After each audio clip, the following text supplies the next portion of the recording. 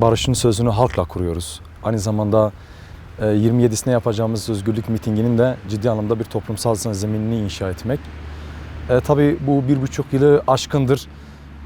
Sayın Öcalan'ın önderliğinde gelişen demokratik toplum ve barış sürecinin ne aşamada olduğunu, bu anlamıyla bu sürecin içerisinde halkın, siyasetin, bizlerin nasıl bir pozisyon alması gerektiğini, halkın bu sürece yaklaşımının, bu sürece bakış açısının ne olduğunu yerinde deneyimlemek istedik, görmek istedik. Bu anlamıyla halkımızın eleştirilerini, görüşlerini, değerlendirmelerini, öğrenmek istedikleri hususları birebir karşılıklı paylaşma, görüş alışverişinde bulunma imkanımız oldu açıkçası.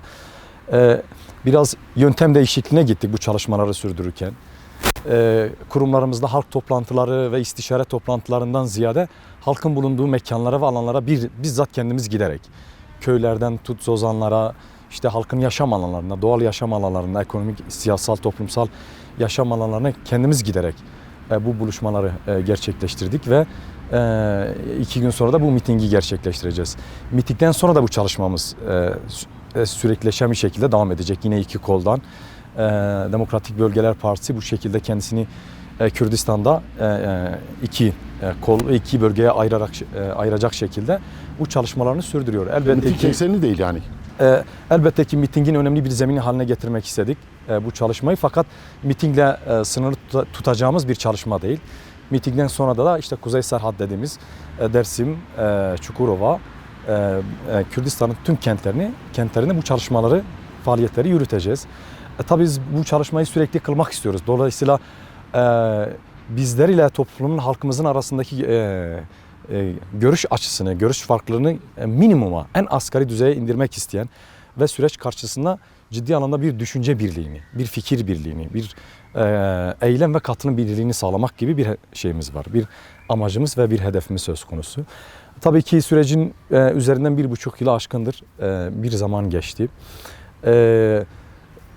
Çok açık bir şekilde gördük ve görüyoruz ki halkımızın bu süreci anı anına çok yakından takip etme şeyi var, durumu söz konusu. Ve bu sürecin muhakemesini güçlü bir şekilde yapabilen ve bu anlamıyla pozisyonu bu muhakeme üzerinden kuran bir halk gerçekliği söz konusu. Elbette ki bu akılcı, analitik ve güçlü yorumlama özelliği halkımızda şu gerçekliği ortaya çıkarıyor.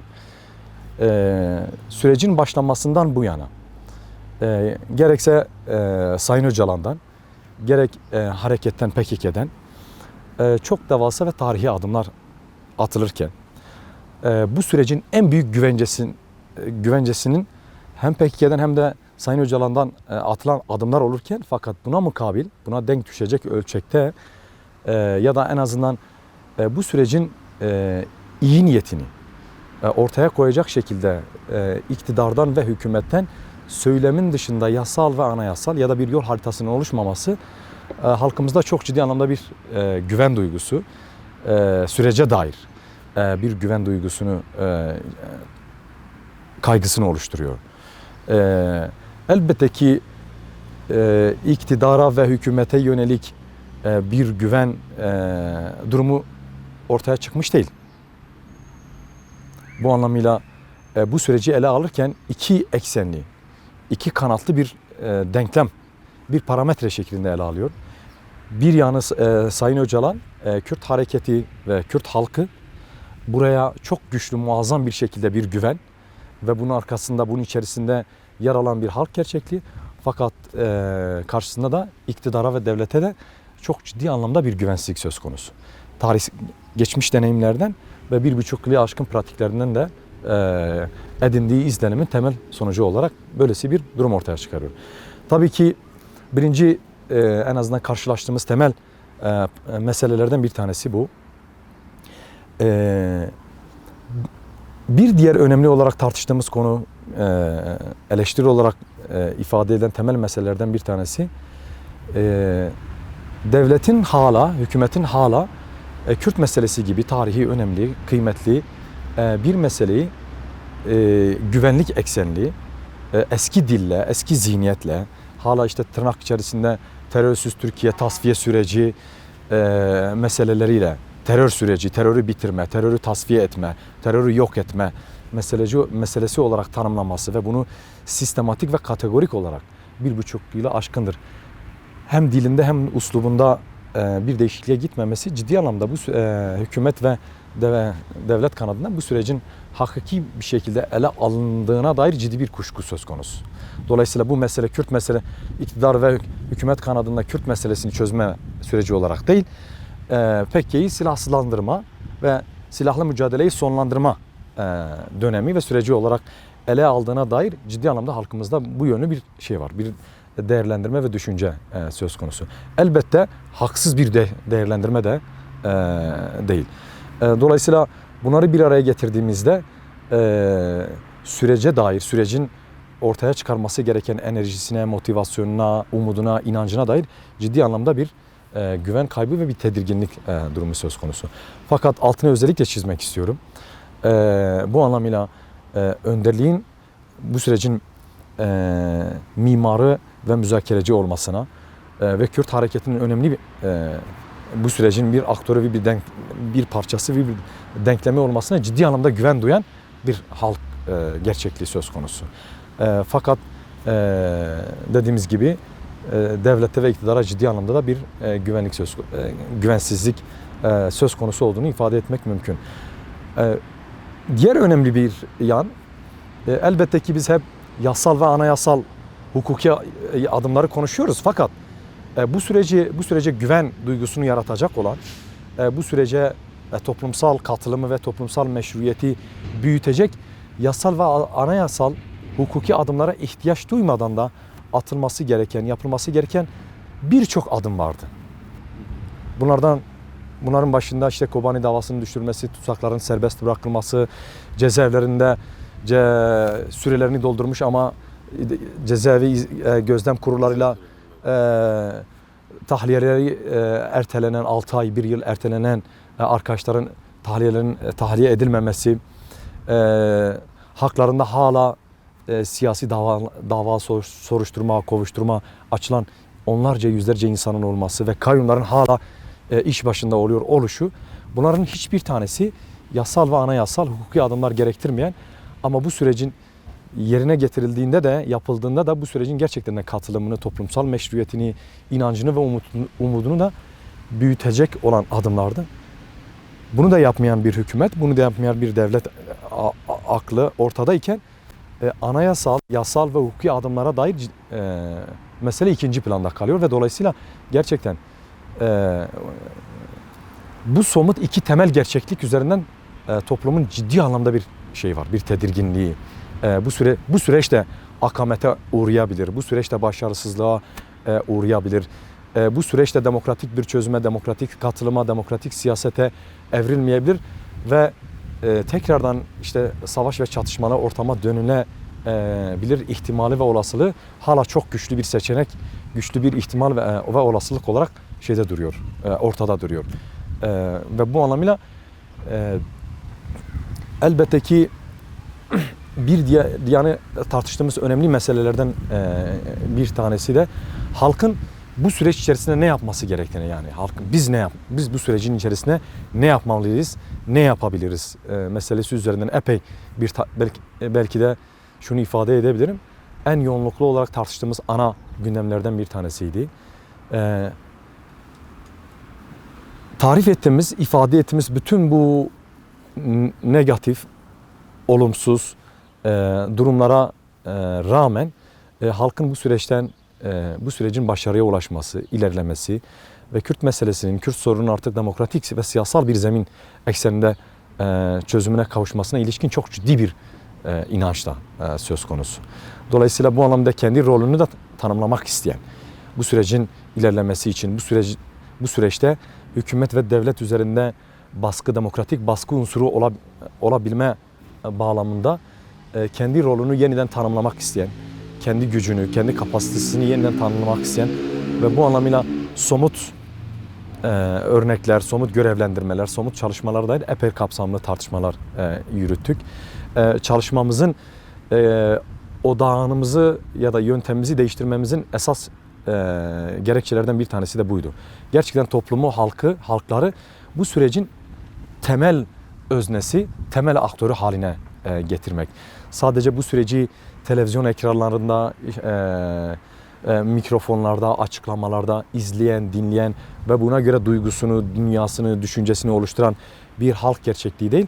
Bu sürecin eylemcisi, bu sürecin katılımcısı, öznesi, öncüsü, katılımcısı ve önemli bir parçası olabilmenin koşulları nasıl yaratılır, nasıl olunur? Bu bir buçuk yıllık süreç buna ne kadar imkan ve olanak verdi, zorlukları neler? Bunları tartıştık, bunları tartışıyoruz. Ben inanıyorum ki elbette ki devlete ve hükümete dair güvensizlik gitgide yükselirken, fakat bu anlamıyla Sayın Öcalan'a harekete ve kendine dair de gittikçe özgüveni yükselen bir durumla ortaya çıkıyor. Yeter ki kendisini özne olabilecek demokratik kanalların, demokratik yöntemlerin, yeni yaratıcı yöntemlerin geliştirilmesi. Bu da bizlere ciddi anlamda sorumluluk yüklüyor ve biz de bu sorumlulukla hareket ederek halkın bu sürecin katılımını sağlamak için çeşitli yeni yöntemler, yeni kanallar açmayı hedefleyerek bu çalışmalarımızı sürdürüyoruz. Teşekkürler. Erdoğan'ın grup toplantısında yaptığı açıklama var. Yani aylardır işte Sayın Öcalan'ın söylediği bu çerçeve yasanın çıkması, çerçeve yasa meselesinin biraz tartışılma meselesi vardı. Hani bunun toplumda tartışılması gerektiğini ifade ediyor ve kök hücre olarak nitelendiriyor bu çerçeve yasayı. Salı günü, çarşamba günü Erdoğan grup toplantısında meclise yetişeceklerini söyledi. Bir nevi olumlu karşılandı. Yani tırnak içerisinde olumlu karşılandı. Bu konuda Kürt hareketiyle bir tartışma yürütüldü mü bu çerçeve yasanın nasıl olacağı, çerçeve yasanın ne olduğu ya da Sayın Öcalan'a sizinle Kürt hareketiyle böyle bir tartışma süreci yaşandı mı? Ve aldığınız bir bilgi var mı yani çerçeve yasa söylenilen, ifade edilen çerçeve yasanın içerisinde ne var, hangi maddeler var? Çünkü Erdoğan sık sık bütün konuşmalarında işte bu terörsüz Türkiye işte tasfiye etmenin yollarını arıyoruz, yeni yöntemler arıyoruz şeklinde açıklama yapıyor. Bu konuda size ulaşan bir bilgi ya da sizin çerçeve yasanın nasıl olması gerektiği konusunda bir öneriniz oldu mu iktidara? Evet. Tabii öncelikle şunu ifade etmek isterim. Çerçeve yasaya dair bizim çok önceden hazırladığımız ciddi anlamda bir taslak söz konusu. Daha kamuoyuyla paylaşmadığımız. Fakat biz kendi çerçeve yasa taslağımızı ortaklaştırmak istiyoruz. Elbette ki kendi durduğumuz yerden bakış açımızda ve bu sorunu köklü, tarihsel, güncel olarak hakkaniyetli bir şekilde ele alan bir hazırlığımız söz konusu. Nitekim Cumhurbaşkanı Erdoğan da önceki günü ifade ettiği üzere çeşitli istişareler sonucunda bu çerçeve yasasının hazırlanacağını ve kamuoyuyla işte meclise getirileceğini ifade etti. Fakat çeşitli istişareler yapılarak dediği dinamikler kim? Açıkçası biz onu ne kendisi çok açıkça ifade etti ne de bizimle arandan siyasi partilerle bu yönlü herhangi bir trafik, herhangi bir temas yani çerçeve yasasının içeriğinin tartışılmasına dair herhangi bir tartışmamız söz konusu değil. Özgürlük Hareketi'yle Sayın Öcalan'la bu yönlü bir istişarenin olup olmadığına dair elimizde herhangi bir bilgi söz konusu değil. Şu ana kadar da en azından hükümet kanadından hazırlanan, en azından kamuoyuna yansıdığı kadarıyla hazırlanan çerçeve yasasının içeriğinin neyi kapsadığına, neyi barındırdığına dair bizim çok somut bir durumumuz söz konusu değil. Yani içeriğine dair somut bir bilgiye sahip değiliz. Tabii bizim halka, topluma ifade ettiğimiz, bizim kendi düşüncemiz olarak ortaya koyduğumuz bir kök yasa ve çerçeve yasa olarak ifade ettiğimiz kendi düşüncelerimiz söz konusu. Sayın Öcalan ifade ettiği önemli bir referans alanı olarak ifade etmek gerekiyor. Kök yasa şu şekilde ifade edebiliriz. Hani birçok renk vardır. Renkleri karıştırdığınızda bir başka renk ortaya çıkabilir. Başka bir renk çıkma ihtimali durumu söz konusu. Fakat bunun dışında kalan tek bir renk var. Siyah. Siyaha hangi rengi karıştırırsanız yine kendi rengini, kendi özünü koruyan bir gerçekliği var. Bilimsel olarak böyle bir gerçekliği var. Sayın Öcalan da ifade ettiği kök yasa aslında bu. Dolayısıyla evet bu sürecin başka bir aşamaya geçmesi anlamında bir kök, bir zemin oluştururken sonraki aşamayı da beraberinde getirebilecek ve bu sorunun önündeki bütün kapıları, bütün engelleri aşabilecek bir nitelikte olması gerektiğini ifade ediyoruz. Aksi takdirde sınırlandırılmış kategorik olarak iktidar ve hükümet cephesinden geçmişte olduğu gibi güvenlik terminolojileriyle, askeri terminolojilerle işte bugüne kadar hiçbir şekilde ifadesini bulmamış, karşılık bulmamış ve Kürt meselesinin çözümüne yönelik herhangi bir tespit ve isabette bulunmamış bir çerçeveye kavuşturulup bizim önümüze getirilirse elbette ki ciddi anlamda bir problem yaratacağını ve bu sürecin ilerlemesi açısından ciddi anlamda bir kriz üretebileceğini söylüyoruz. Bu konuda uyarılarımızı yapıyoruz. Bir kuşkunuz var mı bu konuda? Çünkü Kürt hareketinin açıklamaları bu kuşkuyu biraz dile döküyor. Yani sanki işte kabul edilemeyecek, edemeyeceğimiz şeyler de ortaya çıkabilir şeklinde bazı açıklamalar yapıldı. Elbette ki yani meclis komisyon raporunun bazı bölümlerine, içeriklerine baktığımızda bu anlamıyla bu kaygımızın haklı olmadığını ifade etmek gerekiyor. Yine 1,5 yıla aşan bir zaman diliminde hükümet özellikle iktidar cephesinden bu sorunu ele alış biçimine tutalım ve bu sorunun kavramsallaştırmasına kadar bütün bunları bir araya getirdiğimizde hala hükümet kanadından bu sorunun hakiki bir şekilde ele alındığını, derinlikli bir şekilde ele alınmadığını, çok daha yüzeysel, dönemsel ve kendi bakış açılarıyla, kendi sınırlı bakış açılarıyla, kendi mahallesiyle kendisini sınırlayan bir siyasetle, bir politikayla ele aldığını öngörüyoruz. Elbette ki bu konuda kesin bir yargıya varmak mümkün değil fakat kimi işaretler söz konusu. Dolayısıyla bu öngörüden hareketle bizim kök yasa, özgürlük yasaları ve bu süreci başka bir aşamaya taşırabilecek anlamda kapsayıcı, kucaklayıcı ve bir sonraki sürecin adımlarını da kapsayacak nitelikte şekilde ve açısının büyük olması gerektiğini ifade ediyoruz. Aksi takdirde sınırlandırılmış, daraltılmış, sadece işte ifade ettikleri gibi PKK'nın silah bırakmasıyla sınırlı, silahla sınırlı bir kök yasanın, bir çerçeve yasasının bu sürecin demokratik çözümüne, ilerleyişine hizmet etmeyeceğini, bir sonuç üretmeyeceğini ifade ediyoruz. Böylesi bir gerçeklik var. Çünkü zaten kendisini bu şekilde sınırlandırmış bir yasal çerçeveye ihtiyaç duymaması gerekir. Nitekim hala devrede olan, hala kanun ve yasalarda olan işte pişmanlık yasasından tutalım eve dönüş yasasına kadar birçok yasa ve kanun söz konusu. Ama nihayetinde bu Kürt sorununun demokratik çözümüne, bu süreci sonlandırmaya, bu süreci demokratik bir zemine evrilmeye hizmet etmedi. Tam tersine bambaşka bir şeye hizmet etti. İnkar siyasetine daha çok hizmet eden yasalardır bunlar. Şimdi bunu aşmayan, var olan yasaları aşmayan ve gerçekten böyle bütün toplumu kucaklayacak ve bu sorunu kökten çözebilecek kapıyı aralamayan bir çerçeve yasanın neye hizmet edeceğini, kime hizmet edeceğini açıkçası bizim açımızdan tartışma götürür bir durum. Onun için biz şimdiden öngörülerimize dayanarak, bazı kaygılara dayanarak, yakın zamandaki bazı deneyim ve tecrübelerimize dayanarak şunu ifade ediyoruz. Sayın Öcalan bu anlamıyla bir kavramsallaştırma ortaya koydu, kök yasa olarak ifade etti. Gerçekten de hiçbir şekilde bozuma uğramayacak ve açısı büyük, kapsayıcılığı geniş bir çerçeve yasasının olması gerektiğini ifade ediyoruz. Bu anlamıyla kendi düşüncelerimizi, kendi deneyimlerimizi, hazırlıklarımızı hükümetle, devletle paylaşmaya her zaman hazır olduğumuzu zaten ifade ettik.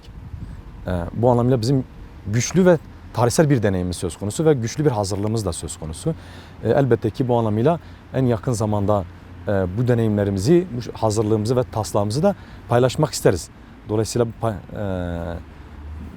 bunun ortak bir konsensüsle, bir istişareyle, konsensüsle Türkiye'deki tüm hakikati ve gerçekliğini ve Kürt sorununun her yönüyle, tüm yönüyle, sadece silahlı mücadele yönüyle değil, siyasi, toplumsal, ekonomik, idari bütün yönleriyle ele alabilecek bir hazırlığımız söz konusu.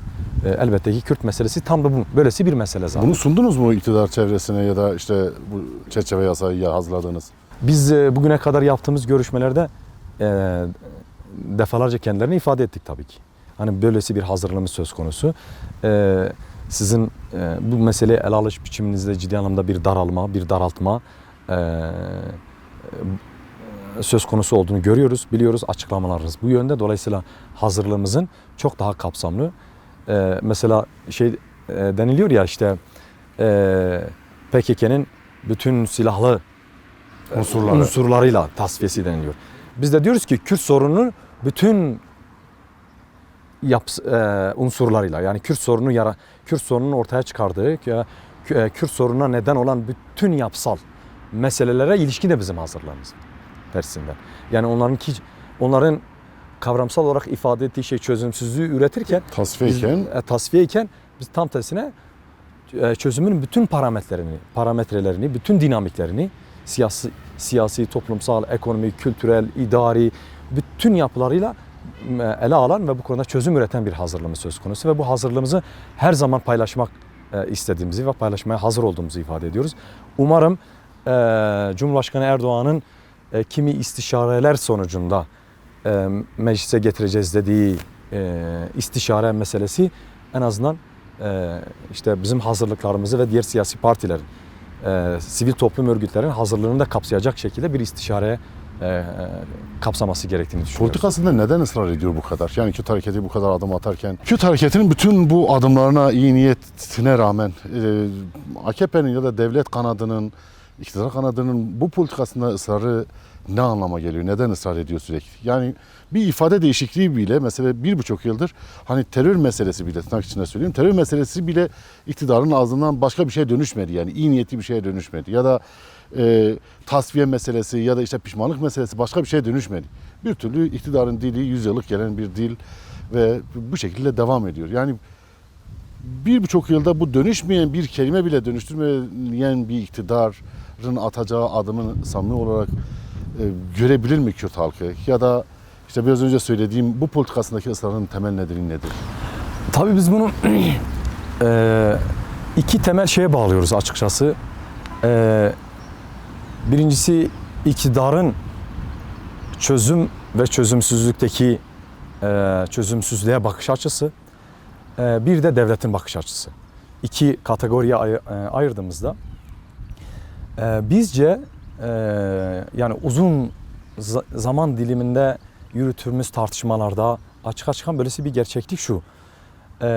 Bizce iktidar hala demokratik bir çözümün kendisine yarayıp yaramayacağını, çözüm ve çözümsüzlük arasında hala ciddi anlamda bir sallantıda olduğunu görüyoruz. Kaygısı ne?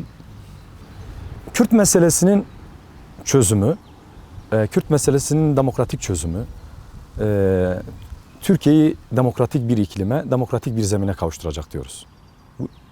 Ve gerçeği de böyledir.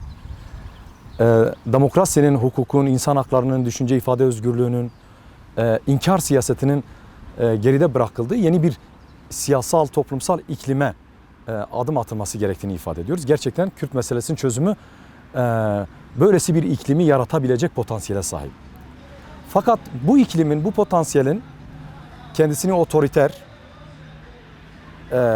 dar, merkezi bir şekilde tahkim etmiş bir iktidarın işine yarap yaramama meselesi bağlamında hala ciddi anlamda bir kendileri açısından bir kuşku, bir ikircikli bir yaklaşım gösterdiğini düşünüyoruz.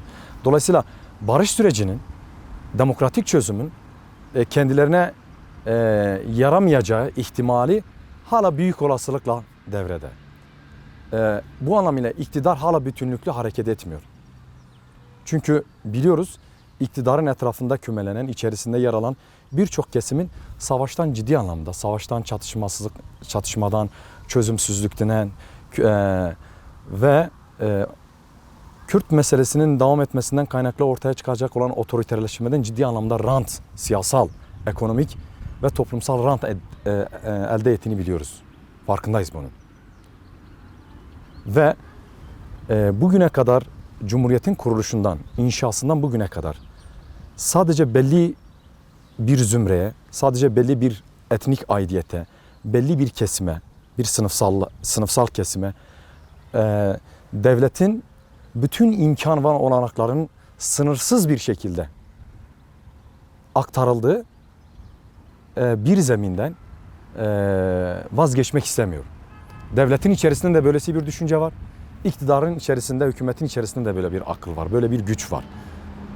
Dolayısıyla devleti toplumsallaştırmak, yani toplumun kucaklayabileceği, devletin imkan ve olanaklarında toplumun herkesin yararlanabileceği, bu anlamıyla sınıfsal bir üst zümreden ziyade imkan ve olanakların siyasal, toplumsal, ekonomik, idari, siyasal sistemi toplumsal zemine yayabilecek ve bu anlamıyla bugüne kadar 100 yıllık inşa edilmiş bu siyasal rantın elden gitmesine rıza göstermeyen, kabul etmeyen, ikna olmayan bir gerçeklik var.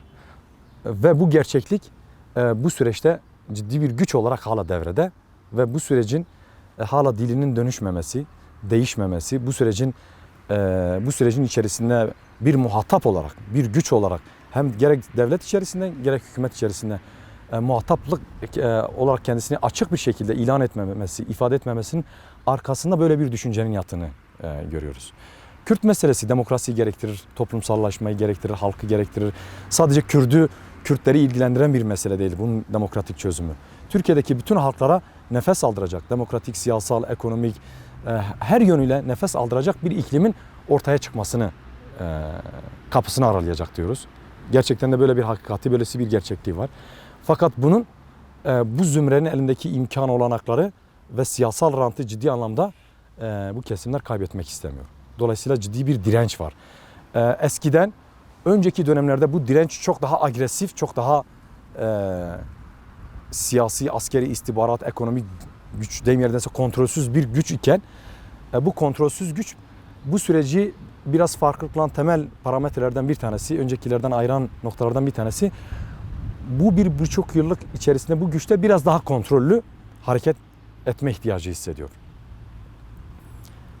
Fakat dediğimiz gibi ki Sayın Öcalan görüşmelerinde sürekli bu meseleye, bu noktaya atıf yapıyor. Yani norm dışı devlet olarak ifade ettiği, işte bu sürecin akamete uğraması için, bu sürecin bitmesi için sürekli 24 saat devrede olan, hareket halinde olan, gerek devletin içerisinde, gerek siyasetin içerisinde, gerek sivil toplum ve toplumun farklı dinamikleri içerisinde bu kesimler devrede. Ve onun için biz nasıl, şimdi Kürt hareketinin en temel güvencesi devlete, hükümete ve topluma verdiği en temel güvence, kendisi açısından verdiği güvence Türkiye karşı silahlı mücadeleyi sonlandırma, PKK'yı feshetme ve gösterge olarak 11 Temmuz'da 2025'te silah yakma meselesidir.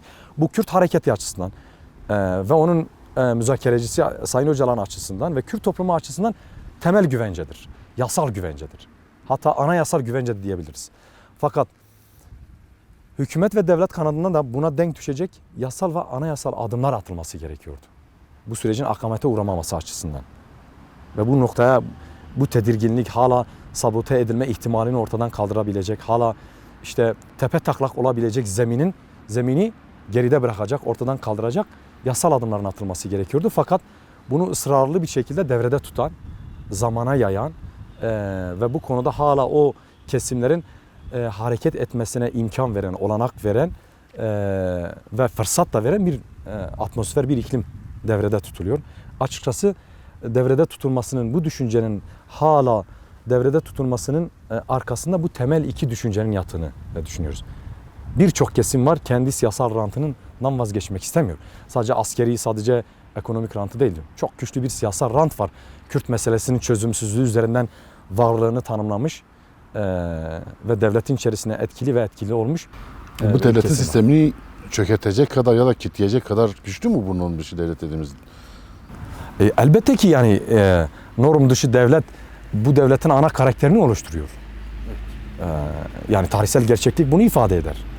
Kendi Cumhurbaşkanlığına yönelik suikast girişimlerinden kendi başbakanını idam eden, en böyle yakıcı darbeleri gerçekleştiren, en son işte 2016 darbe zemini ve akabinde siyasal, toplumsal anlamda bütün toplumu neredeyse çökerten, toplumsal dinamikleri çökerten bir devlet dinamiği söz konusu.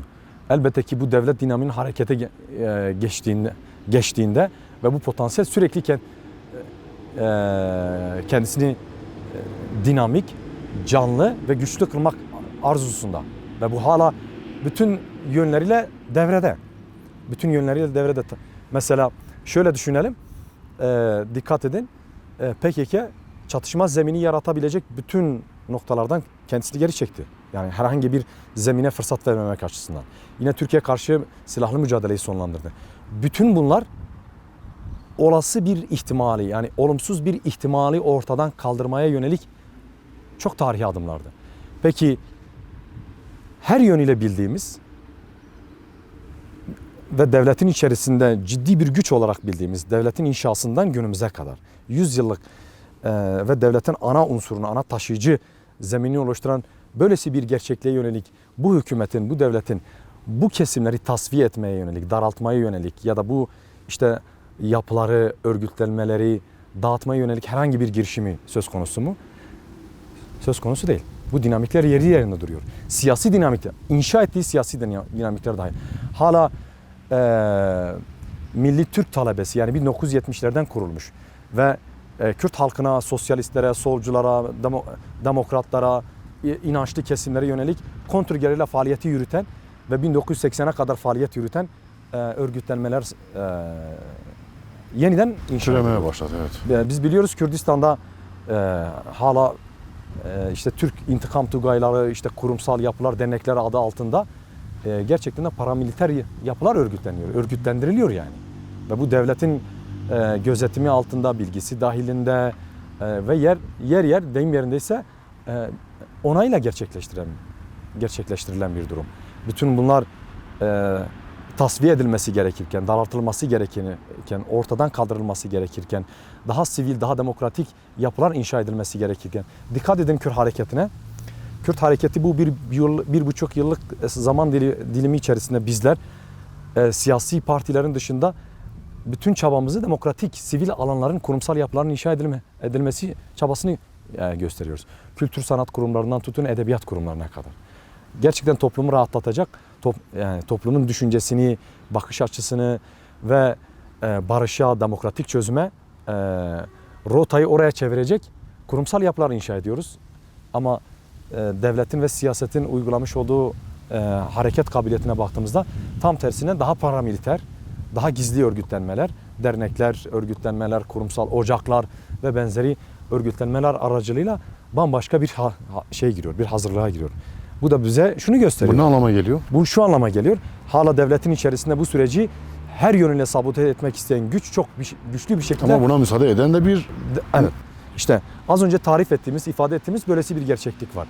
Hala iktidar bu sürecin demokratik gelişimi, bu sürecin barışa evrilmesi ve Kürt meselesinin demokratik bir iklimde, demokratik bir zeminde, yasal zemininin çözümünde kendisine ne kaybettirir mi, kazandırır mı meselesinde ciddi anlamda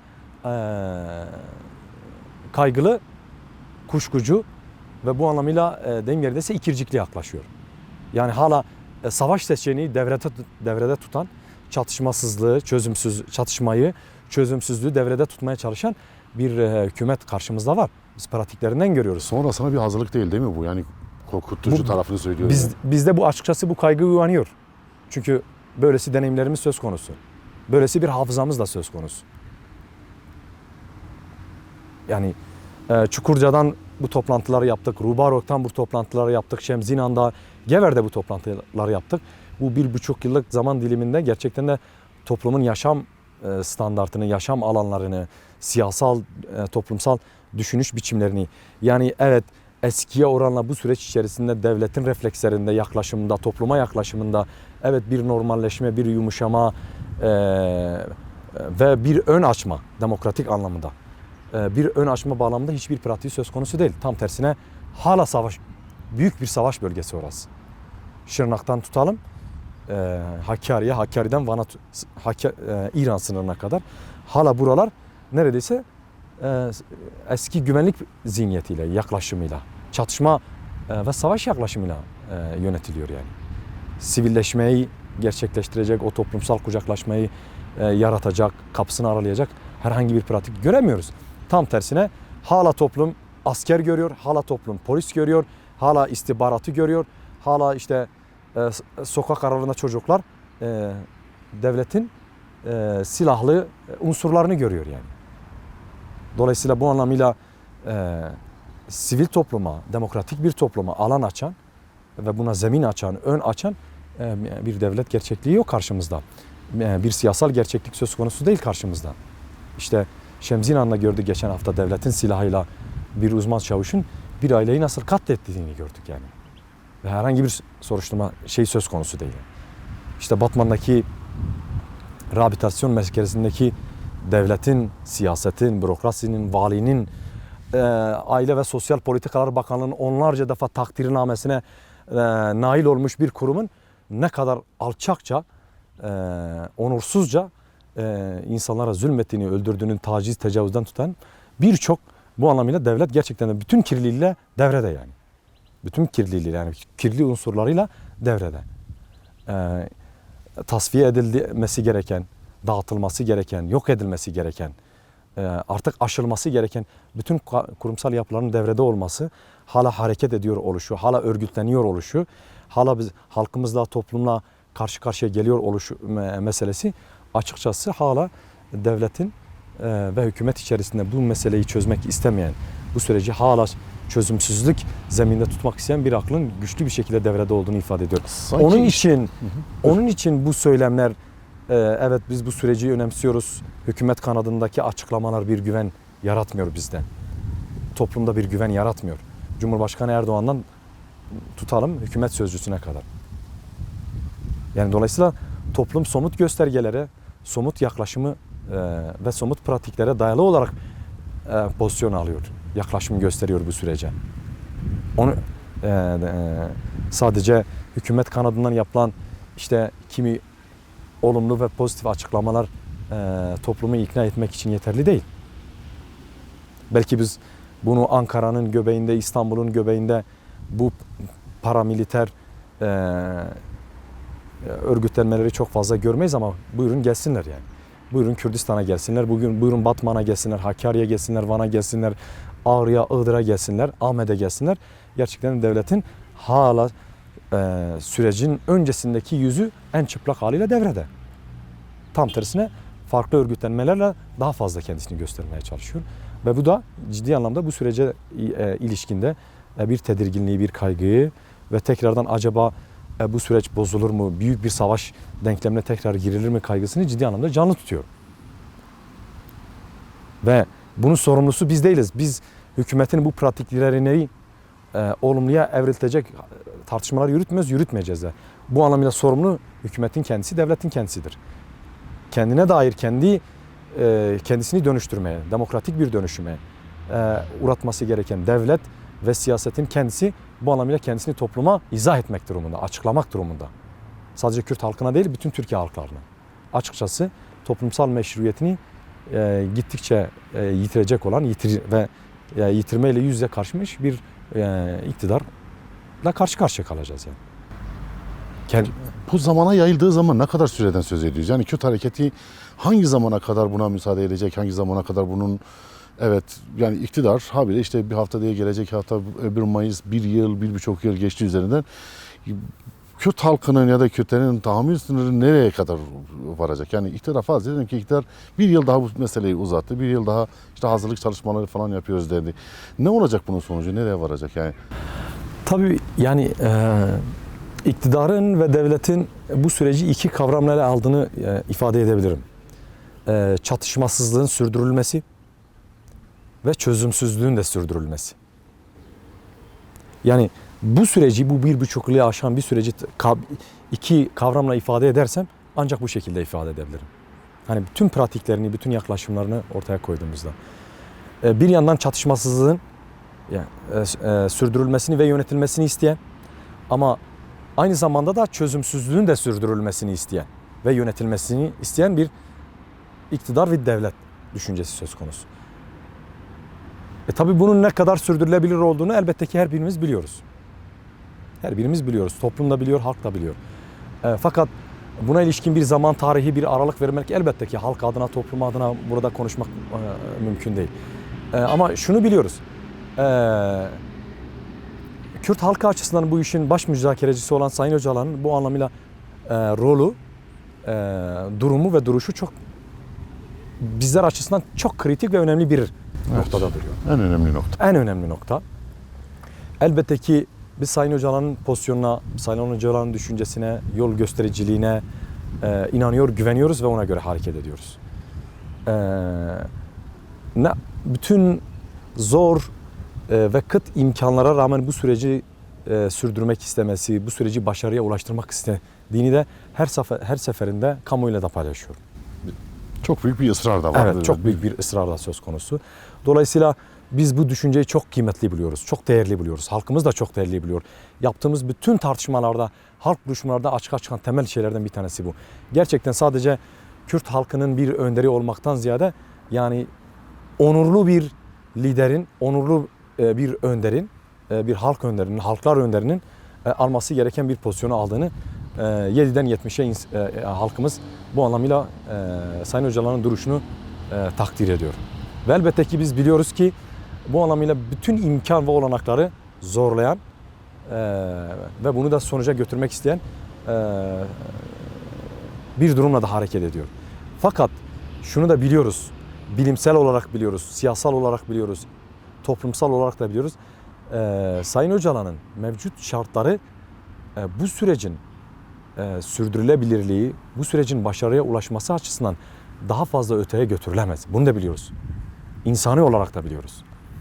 Onun için biz diyoruz işte 4 büyük miting yapıyoruz, yürüyüşler yapıyoruz, halk buluşmaları yapıyoruz. Devlet ve hükümet üzerinde demokratik bir baskı oluşturmaya çalışıyoruz. Ve devletin, hükümetin bir an önce bu süreci farklı aşamalara taşırması gerektiğini ifade ediyoruz ki Sayın Öcalan özgür koşullarda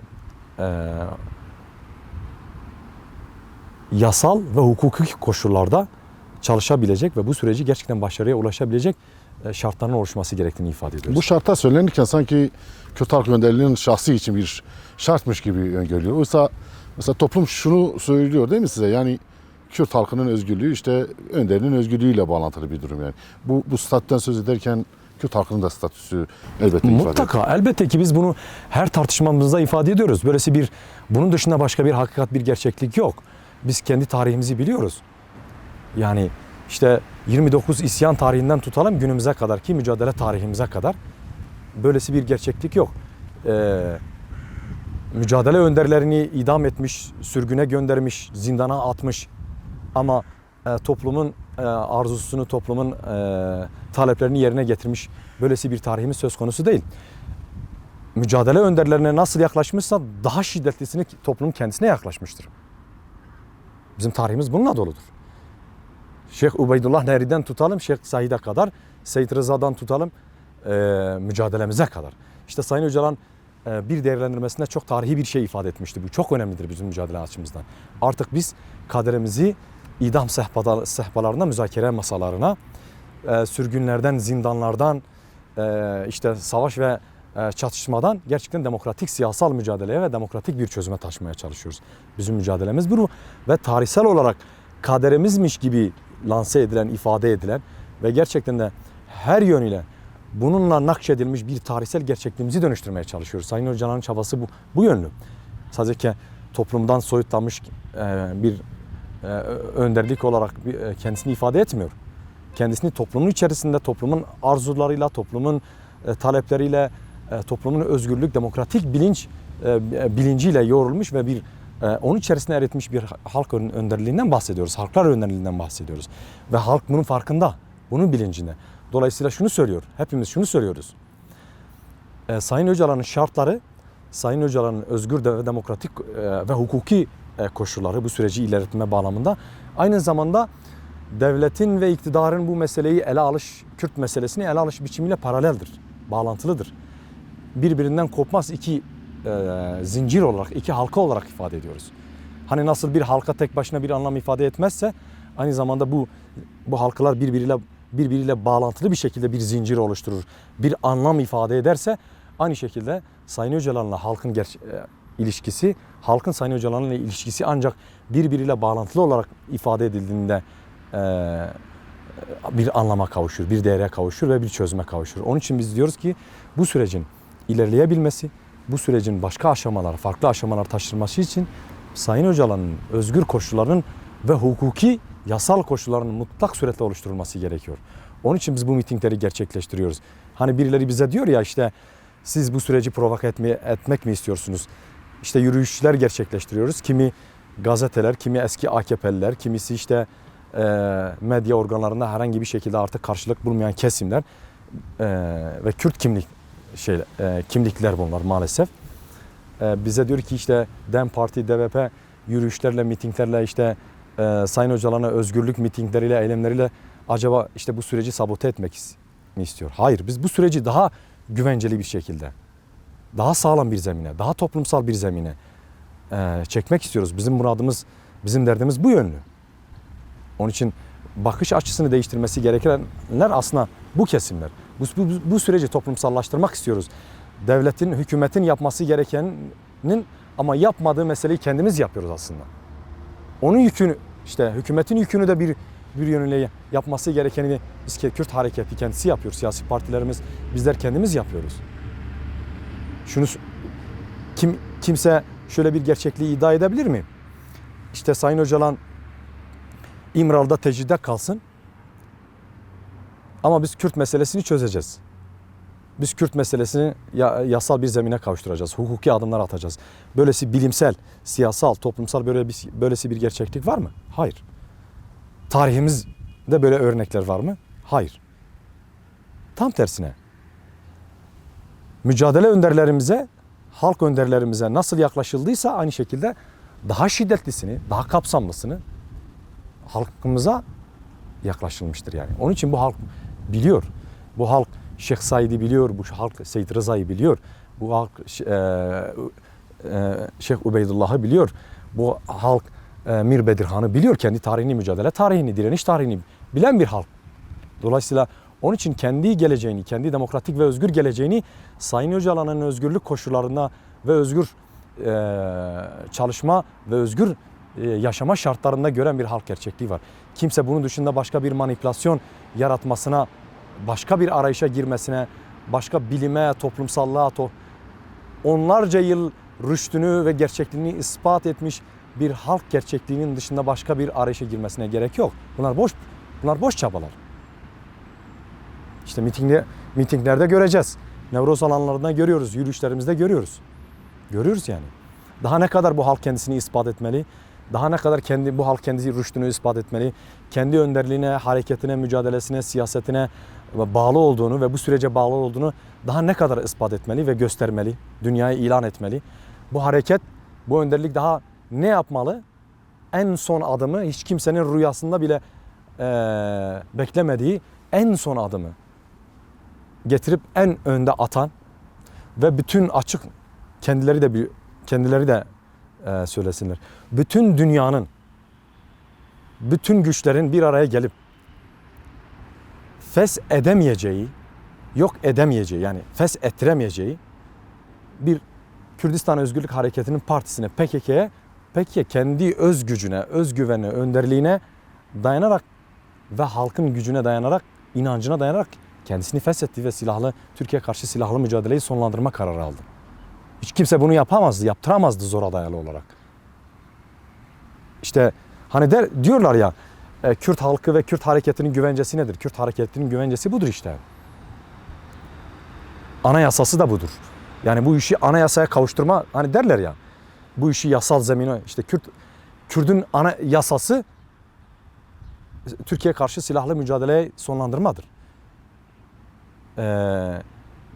Bu süreç karşısında Kürtlerin anayasası, güvencesi PKK'nın feshidir yani. Bunun ötesinde başka bir şey yok.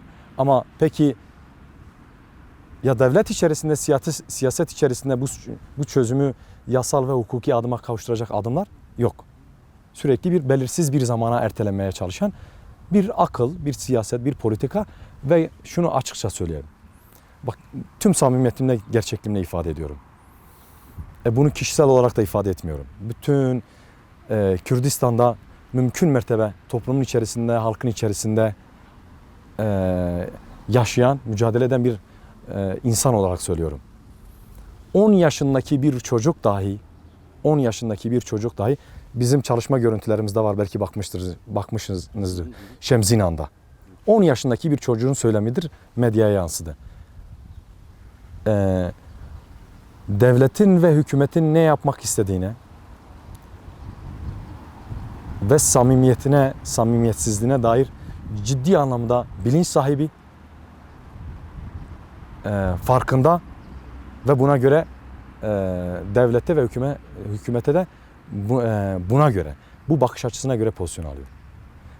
Tam tersine önderliğine, hareketine, halkına güvenen 7'den 70'e bir gerçekliğimizde söz konusu. Teşekkürler.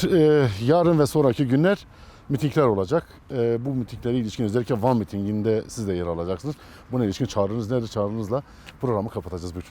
Evet, ben başta Van halkımızı ve Serhat'taki Ağrı, Muş, Bitlis, Hakkari'deki bütün halkımızı 7'den 70'e imkanlarını da zorlayarak, şartlarını ve koşullarını da zorlayarak bu mitinge davet ediyorum. Mutlaka bu mitingde yer alsınlar. Gerçekten de bu mitingde ortaya koyacağımız irade ve vereceğimiz mesajlar hem bu süreç açısından hem de hükümetin üzerinde demokratik basınç oluşturma ve bu sürecin herkese kazandırabileceğini, herkesin bu sürecin ilerleyişinden, Kürt sorununun demokratik çözümünden herkesin kazanabileceğini bütün dünyaya, bütün Türkiye halklarına ifade etmesi açısından sorumluluk sahibi olmasını, rol almasını ve bu mitinge katılmasını talep ediyorum ve rica ediyorum. Gerçekten de şu şekilde ele almasınlar. Hani biz olmasak da olur, biz katılmasak da olur demesinler. Bu anlamıyla her birinizin katılımı, her bir insanımızın, her bir arkadaşımızın katılımı bu tür çalışmalara, hele hele böylesi önemli özgürlük ve demokratik çözüm mitinglerine katılımı gerçekten bizimler açısından önemli. Birlikte hep beraber biz bu süreci yürütelim, bu süreci yönetelim ve bu süreci başarıya ulaştıracak şekilde Sayın Öcalan'ın özgür koşulları, özgürlüğünü ve Kürt meselesinin demokratik çözümünü sağlayacak bir iklimi, bir süreci hep birlikte, hep beraber yaratalım diyorum.